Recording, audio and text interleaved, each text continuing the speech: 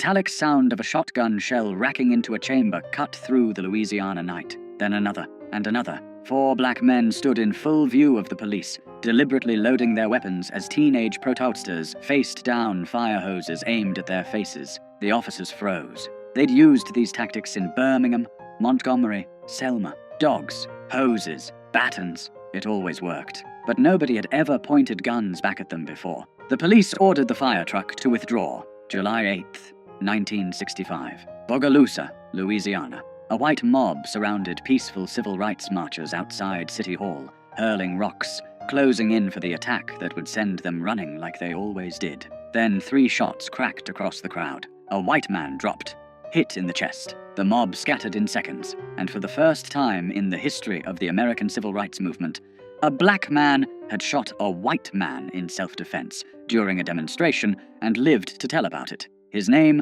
was Henry Austin.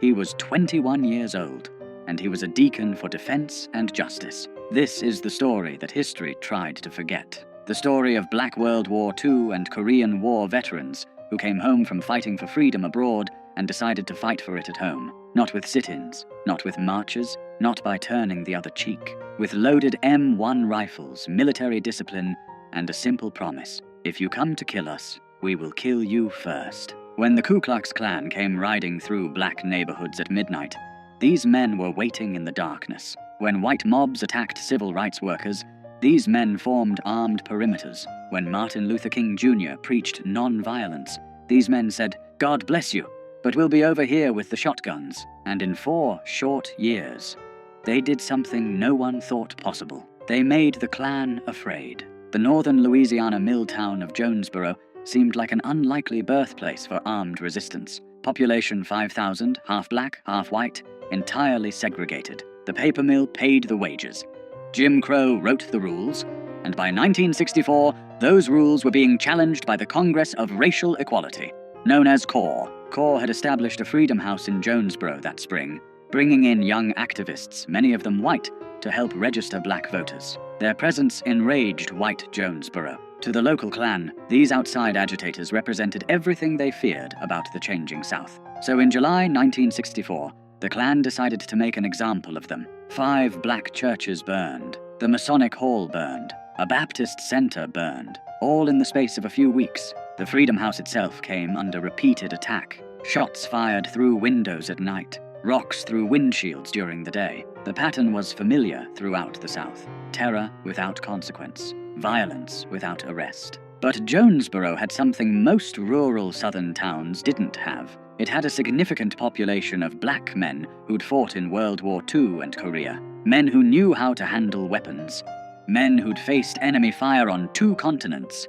Men who'd been promised that their service to their country would mean something when they came home. They'd been lied to. Ernest Thomas had been born in Jonesboro on November 20th, 1935. He'd grown up fighting white boys for access to swimming holes, learning early that rights went to those who fought for them, not to those who asked politely. After military service, he'd returned home believing that political change had to be secured by force, not moral appeal. The Klan's July rampage proved him right. Frederick Douglass Kirkpatrick had been named after the great abolitionist. Born in 1933 in Haynesville, Louisiana, he'd excelled at grambling, earning a degree in biology while playing football. His imposing physical presence made him hard to ignore. His education made him hard to dismiss, and his position as gym teacher at the segregated black high school gave him access to the community's young men. Before the convoy, 2 separate groups had already formed to protect corps workers. Thomas led one group of sentries who guarded the Freedom House at night. Kirkpatrick organized another that monitored police arrests and worked to keep the community safe. Both groups were informal, unorganized, reactive. The July Klan convoy changed everything. Thomas and Kirkpatrick met with about 20 other men in November 1964. Most were veterans. All were tired. Tired of watching their churches burn. Tired of watching their children terrorized. Tired of being told to wait, to be patient, to let the system work. The system was working. Just not for them. They called themselves the Deacons for Defense and Justice. The name was strategic. Deacon implied respectability, religious values, community service. It made them sound like a church group, which is exactly what they wanted white folks to think. What they actually were was a disciplined armed self-defense organization with clear rules. Never fire first. Always fire back. Protect civil rights workers, their families, and the black community. Use military tactics, military discipline, military precision. The Deacons established membership criteria that would have made the army proud. Men only, over 21, American citizens, married men with military service preferred, registered voters, no hotheads. Anyone with a reputation for starting trouble was rejected. This wasn't about revenge. It was about protection. They organized CB radio networks and walkie-talkies for communication. They ran nighttime patrols through black neighborhoods in cars. They stationed armed guards outside the Freedom House, and they made sure everyone, black and white, knew they were there. In early 1965, black students in Jonesboro picketed the local high school, demanding integration. Hostile police arrived with fire trucks, preparing to turn hoses on the teenagers. It was Bull Connor's playbook, proven effective in Birmingham. Then a car pulled up carrying 4 Deacons. In full view of the police, these men calmly loaded their shotguns. The metallic sound of shells racking into chambers carried across the street. The police looked at the shotguns. They looked at the men holding them, men who clearly knew how to use them, and they ordered the fire truck to withdraw. It was the first time in the 20th century that an armed black organization had successfully used weapons to defend a lawful protest against an attack by law enforcement. The students continued their protest, unmolested. Word spread about the men with guns, about the Klan backing down, about a new kind of resistance. Then core workers in Jonesboro shared something remarkable. After the successful library integration, the Ku Klux Klan burned crosses in response, as they always did. But the Deacons wrote leaflets threatening to kill anyone who burned another cross. They had black housekeepers distribute these leaflets directly into white homes. The cross burnings stopped. In February 1965, Kirkpatrick and Thomas received an urgent message from Bogalusa, Louisiana, 300 miles to the southeast. Black activists there were under siege. They needed help. February 21st, 1965, the day Malcolm X was shot in New York, Kirkpatrick, Thomas, and a Corps field secretary traveled to Bogalusa to organize the Second Deacons chapter. If Jonesboro had been difficult, Bogalusa was a nightmare. The city of 22,000 was a company town, dominated by Crown Zellerbach, a massive paper mill operation. Roughly 40% of residents worked for the company. 70% of the city's taxes came from Crown Zellerbach employees, and approximately 100 of those employees were Ku Klux Klan members. The mill embodied segregation. Black workers couldn't eat with whites, couldn't sit in the same break rooms, couldn't use the same restrooms, couldn't hold supervisory positions no matter how qualified. They did the hardest, dirtiest, most dangerous work for the lowest wages. When they complained, they got fired. When they organized, they got killed. In early 1965, Washington Parish hired its first black deputy sheriffs. Within weeks, both were targeted. One was Ambas, innated. The other barely survived an attack in the small town of Varnado, just north of Bogalusa. The killers were never apprehended. The message was clear. Black people in positions of authority would be removed by any means necessary. Into this environment stepped 3 men who would lead the Bogalusa Deacons: Robert Hicks, A.Z. Young, and Charles Sims. All worked at Crown Zellerbach. All had reached their breaking point. Charles Sims became the face of the Bogalusa Deacons. A World War II veteran, he was described by journalists as grizzled, intimidating, with beady eyes and a gap where 2 teeth should be. Jet magazine called him the man most feared by whites in Louisiana. When reporters asked if he'd ever been arrested for battery, Sims estimated about 20 times. When they asked, battery with what?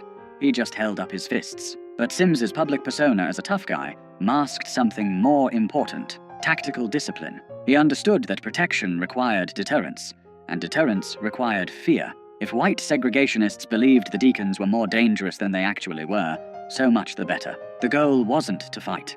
It was to make sure fighting never became necessary. Robert Hicks had publicly demanded that black workers at the mill receive equal promotion opportunities. This made him a target. In early 1965, a coffin appeared in his yard with his name painted on the side.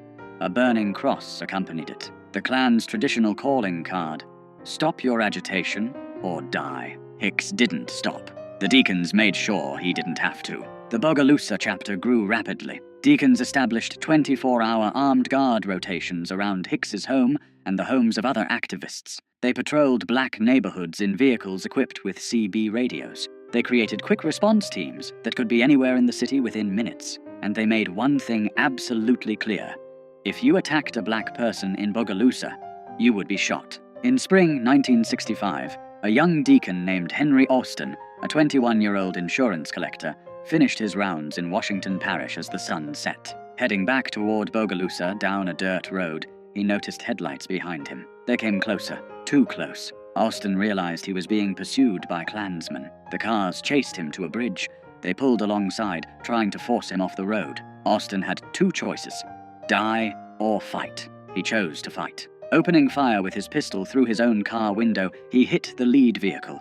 It swerved, missed the bridge, and ran into the water. Austin escaped. The next day, shaken but alive, he went to see Charles Sims and formally joined the Deacons. Within months, Austin would do something unprecedented in the civil rights movement. The Congress of Racial Equality continued its work in Bogalusa throughout the spring and summer of 1965, testing the new Civil Rights Act by attempting to integrate public facilities.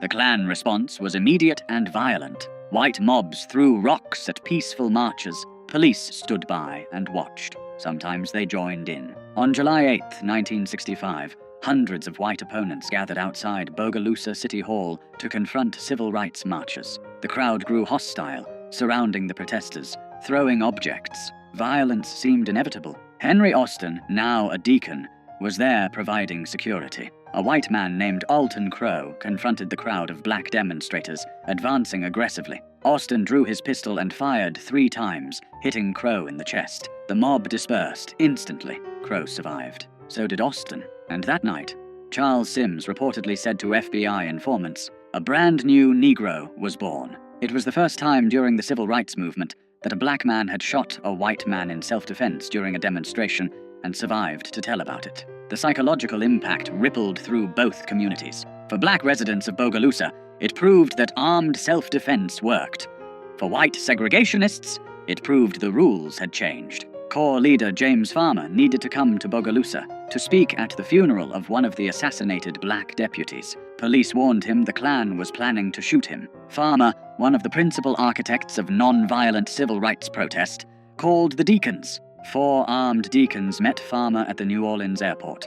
They drove him 65 miles to Bogalusa in a convoy, weapons visible, radios coordinating. They provided security at the funeral, where approximately 50 deacons attended. No one was attacked. Farmer survived, and afterward, he told the press something that shocked civil rights leaders across the country. Corps is non-violent, but we have no right to tell black people in Bogalusa or anywhere else that they do not have the right to defend their homes. Even Martin Luther King Jr.'s Southern Christian Leadership Conference employed armed guards, though they rarely discussed it publicly. King himself, during the early days of the Montgomery bus boycott, had kept guns in his home. The difference was visibility. The deacons didn't hide their weapons. They displayed them openly, deliberately, strategically. On a July night in 1965, a cavalcade of 25 Klan cars drove through a black neighborhood in Bogalusa, hurling insults, randomly firing into houses. The Klan had done this hundreds of times before,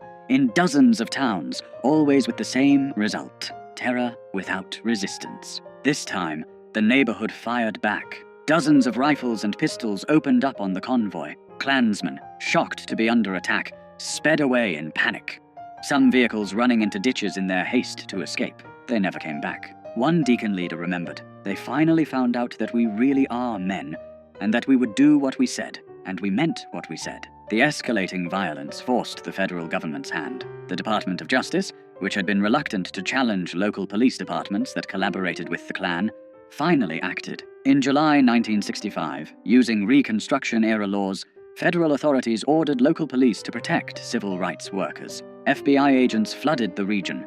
Federal prosecutors began building cases against Klan members. By the end of 1965, the Louisiana Klan had been devastated. Membership collapsed. Cross burnings nearly ceased. Night riding stopped. Federal surveillance and prosecution, combined with armed black resistance, had accomplished what decades of non-violent protest alone could not. The Deacons expanded rapidly.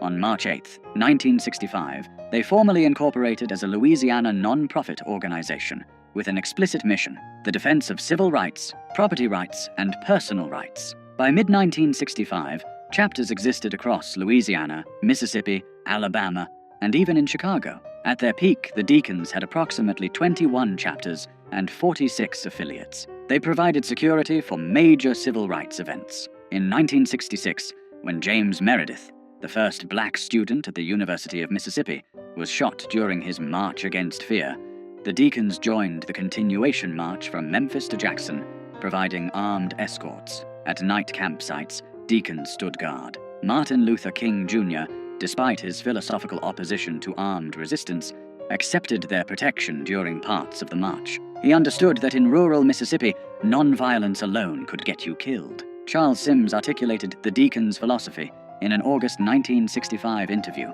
The reason why we had to organize the Deacons in the city of Bogalusa was the black people and civil rights workers didn't have no adequate police protection. When the white power structure found out that they had men, black men that had made up their minds to stand up for their people and to die if necessary for their people, they started acting a little different. Asked about the Second Amendment, Sims was direct. "I think a person should have the right to carry a weapon in self-defense." We found out in Bogalusa that the Louisiana state law that says a man can carry a weapon in his car as long as it's not concealed meant for the white man. It didn't mean for the colored. The Deacons operated under strict rules of engagement. They pledged their lives for the defense of justice and their community, but only in defensive situations. Charles Sims repeatedly emphasized this to members and media. "We will never go on the offense.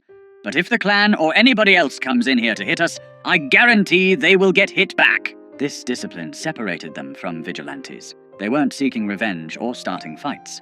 They were establishing boundaries and enforcing them. The fact that those boundaries were backed by men with combat experience and loaded weapons made them real in a way that court orders and federal laws were not. The Federal Bureau of Investigation took notice. By mid-1965, the FBI had opened an investigation into the Deacons, classifying them as a potential black extremist organization. Bureau Director J. Edgar Hoover ordered intensive surveillance, fearing the group would spark a race war. FBI agents infiltrated chapters, recruited informants, tracked weapons purchases, and monitored communications. They documented everything: membership lists, training procedures, weapon types, patrol routes. The investigation files would eventually total over 600 pages. But the FBI found something unexpected. The Deacons' presence actually reduced violence. Areas with active Deacons chapters saw fewer Klan attacks, fewer shootings, fewer nighttime raids.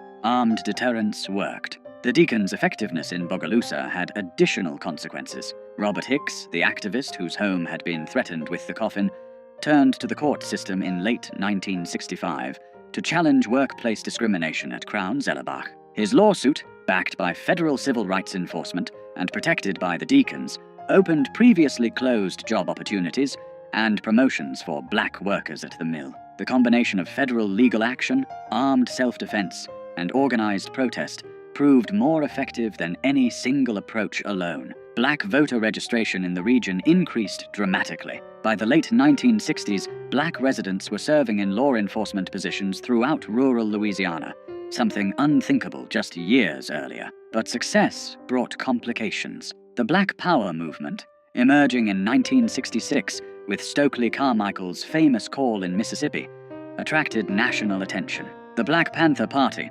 founded that same year in Oakland, California, adopted some of the Deacons' tactics but added revolutionary rhetoric that the Deacons had always avoided. Charles Sims rejected black power as a concept. "I don't want to live under black power," he said. "I don't want to live under white power. I want equal power, and that's what I push." He dismissed Carmichael as a show-off. "I don't see nothing they were doing to even be talking about no black power," Sims said. "The black power, we had it. In them 30 rounds of ammunition on a man's shoulder, we had the black power." The Deacons were apolitical except for civil rights and self-defense. They rejected attempts by black nationalists and white communists to recruit them to broader ideological causes. They were working men, veterans, family men. They weren't revolutionaries. They just wanted to protect their community and enforce their constitutional rights. As federal civil rights enforcement improved and the Voting Rights Act of 1965 began changing the political landscape, the acute need for armed self-defense diminished.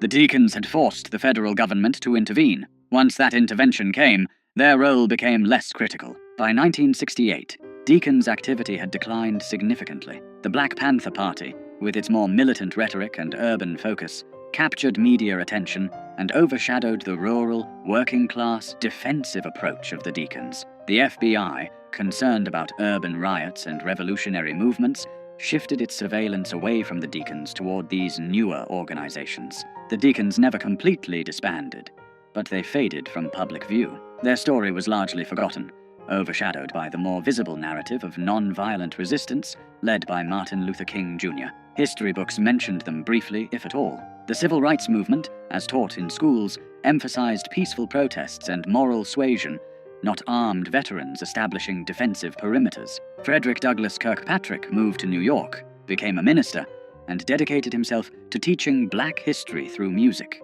He recorded several albums with Smithsonian folkways, including songs honoring civil rights leaders and the deacons themselves. He died in 1986. Charles Sims remained in Bogalusa, continuing to advocate for equal rights through legal means. Robert Hicks stayed active in the community until his death in 2010. His home was listed on the National Register of Historic Places in 2015, recognized as the birthplace of the Bogalusa Deacons chapter. Plans for a civil rights museum at the site continue. Ernest Thomas's later life remains less documented, but his role as co-founder ensured his place in the hidden history of armed resistance during the civil rights movement. In 2003, Showtime produced a television movie, Deacons for Defense, directed by Bill Duke and starring Forrest Whitaker and Ossie Davis. It brought the story to a new generation, though like all dramatizations, it simplified complex events. The Deacons' legacy raises uncomfortable questions about the civil rights movement's dominant narrative.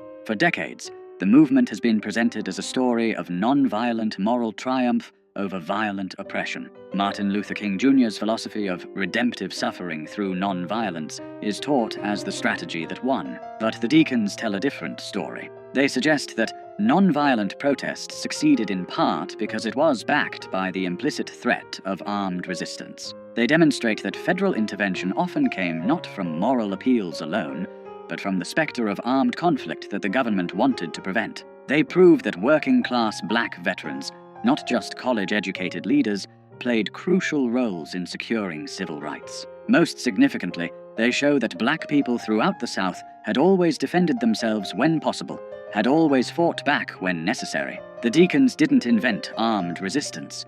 They organized it, publicized it, and made it a visible part of the civil rights struggle. Lance Hill, a historian who wrote the definitive book on the deacons, noted something remarkable. The deacons' local campaigns frequently resulted in substantial victories that self-sustaining organizations, producing real power that survived after national civil rights groups departed. In Jonesboro, the deacons compelled Louisiana Governor John McKeithen to intervene in the city's civil rights crisis, the first time a Deep South governor capitulated to the civil rights movement. In Bogalusa, they forced federal intervention that broke the Klan's power. These weren't symbolic victories.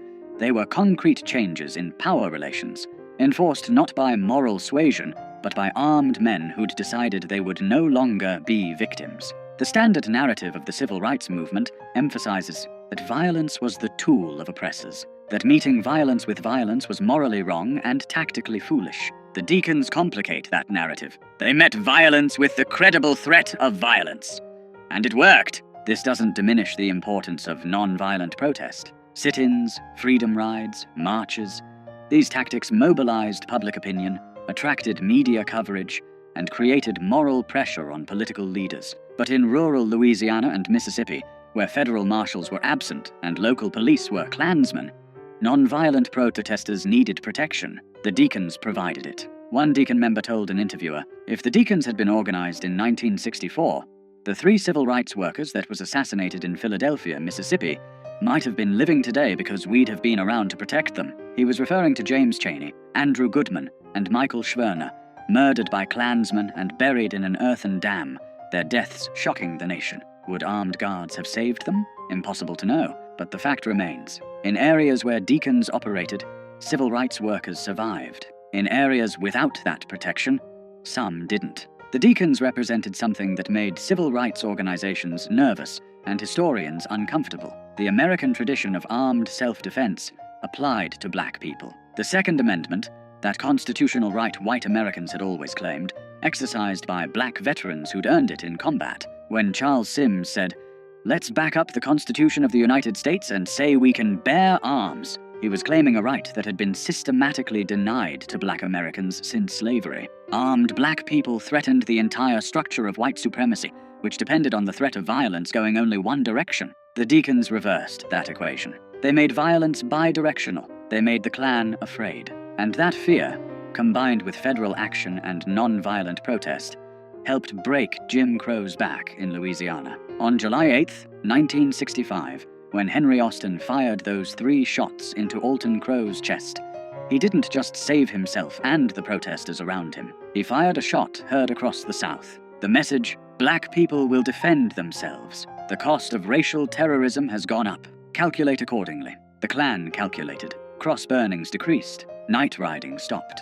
Attacks on civil rights workers declined. Not because segregationists had a change of heart, but because they'd done the math. Some targets shot back now, and those who shot back were combat veterans who didn't miss. The Deacon's story challenges comfortable narratives about how social change happens. It suggests that moral arguments alone don't transform power structures, that sometimes violence, or the credible threat of it, is necessary to secure basic rights, that working-class black people with guns were as important as middle-class black people with law degrees. This is why the Deacons were largely written out of civil rights history. They didn't fit the story civil rights leaders wanted to tell, or that white America wanted to hear. King's dream was palatable to white liberals. Armed black veterans shooting at white men was not. But the Deacons weren't trying to be palatable. They were trying to survive. They were trying to protect their families, their neighbors, their communities. They were using skills learned in the service of their country to defend rights supposedly guaranteed by that country's constitution.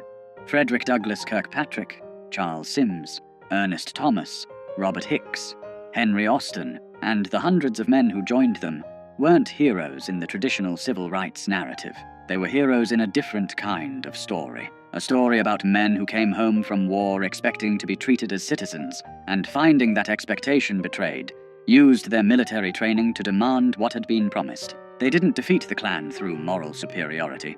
They defeated them through superior firepower, superior tactics, and superior discipline. They turned the Klan's weapons against them. They made white supremacists calculate risk. And they proved that when black veterans decided to defend their community, even the Ku Klux Klan backed down. This was never just about guns. It was about dignity, about refusing to be victims, about saying to a system built on black subjugation, "We will not go quietly. We will not beg. We will not wait for your permission. We fought for this country. We are citizens, and we will defend ourselves." Charles Sims, grizzled and gap-toothed, standing in Bogalusa with a rifle across his lap, represented something white supremacy couldn't survive. A black man who refused to be afraid. Multiply that man by hundreds, arm them with military training and modern weapons, organize them with military discipline, and you have what the Deacons for Defense and Justice actually were. Not a revolutionary army, not black nationalists, just American veterans exercising their constitutional rights. When the shooting finally stopped, when the Klan retreated, when federal law enforcement finally arrived to do its job, the Deacons had accomplished something historians still struggle to fully acknowledge. They had protected their community through armed resistance, forced government intervention through the threat of escalating violence, and proved that sometimes the only effective response to terror is the credible promise of retaliation. In Jonesboro, Louisiana, in November 1964, when Ernest Thomas and Frederick Douglass Kirkpatrick called that first meeting of combat veterans, they weren't starting a revolution. They were finishing one. The revolution begun by black soldiers who fought in 2 world wars, came home to Jim Crow, and decided they'd fought their last war for other people's freedom. This time, they'd fight for their own. The Deacons for Defense and Justice existed for less than 4 years as an active organization. But in that time, they changed the calculation of racial violence in the Deep South. They proved that black communities could defend themselves. They forced the federal government to intervene. And they demonstrated that the Second Amendment applied to black veterans too, whether white supremacists liked it or not. When history remembers the civil rights movement, It remembers the marches, the sit-ins, the speeches, the songs. It should also remember the sound of shotguns racking rounds into chambers, the sight of combat veterans standing guard, and the moment the Ku Klux Klan realized that this time someone would shoot back.